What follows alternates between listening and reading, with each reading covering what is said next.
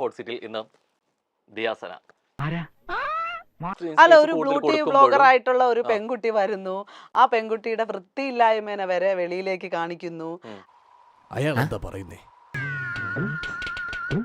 അതൊന്ന് കോരി ഏതൊരാ ആരാ ചെയ്തു?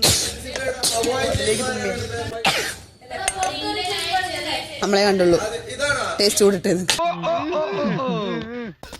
എല്ലാ മനുഷ്യന്റെയും സ്വകാര്യതകൾ പലതരത്തിലുള്ള ഇങ്ങനെയൊക്കെ പിടിച്ചിടുക, ഇതൊക്കെ എല്ലാ മനുഷ്യന്റെ ഉള്ളൊരു സർവ്വസഹജമായിട്ടുള്ളൊരു സാധനമാണ്. എന്തോ ഇങ്ങനെയൊക്കെ പിടിച്ചിടുക, ഇതൊക്കെ എല്ലാ മനുഷ്യന്റെ ഉള്ളൊരു സർവ്വസഹജമായിട്ടുള്ളൊരു സാധനമാണ്. അങ്ങനെ ആക്കി എന്നിട്ട് ചായ ഇട്ട് ദിയാസന കുടിക്കുവോ? കിട്ടിയാ? ഇല്ല, ചോദിച്ചു വാങ്ങിച്ചു. ഇല്ല, ഞാൻ കുടിക്കത്തില്ല. പിന്നെ താൻ എന്തിനാണ് ഇത്ര വലിയ വർത്തമാനം പറഞ്ഞത്? അല്ല, അതായത് ഇപ്പം ഇങ്ങനെ ചെയ്ത് ഇങ്ങനെ ഇടുന്നൊരു ചായ തന്നാ ഞാൻ കുടിക്കില്ല.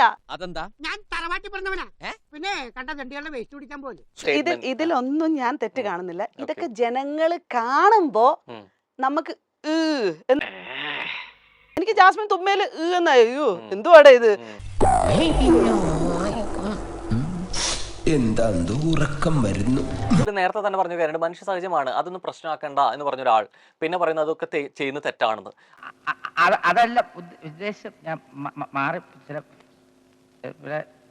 പിന്നെ ചൂടാണ്ട് AC ഒന്നും ഇല്ല. അത് അടുത്ത ലെവലിൽ നിന്ന് പറയുന്നു ഈ തെറ്റ് അങ്ങനെ കാണിച്ചെങ്കിൽ അത് ടെലികാസ്റ്റ് ചെയ്യാൻ പാടില്ല, ടെലികാസ്റ്റ് ചെയ്താണ് തെറ്റെന്ന് പറയുന്നു. മര്യാദ കാണിച്ച് സംസാരിക്കണം, മര്യാദക്ക് സംസാരിക്കും. നീ ഇതുവരെ കണ്ട എന്റെ മുഖം ഉണ്ടല്ലോ, അത് ഡീസന്റ് മുഖം. എന്നെ തറയാക്കലട മോനെ. ഞാൻ ഒരു കാര്യം പറയും, പിന്നെ നീ ഒരുപാട് കോപ്പിൽ ഞാൻ അങ്ങേ അച്ഛൻ പോയ ഇന്ത്യൻ പ്രസിഡന്റ് ആവും, ഇങ്ങേ അച്ഛൻ വന്ന തനി തറയാണല്ലോ പെണ്ടി.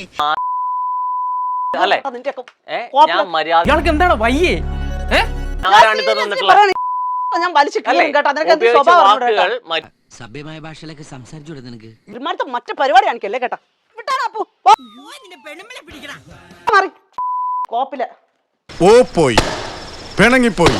നീ ആ കൈ ഇങ്ങോട്ട് തന്നെ, ഒന്നിനും പ്രതികരിക്കാത്തതിന് 100-ൽ 100 മാർക്കാ നിനക്ക്. അപ്പൊ ശരി.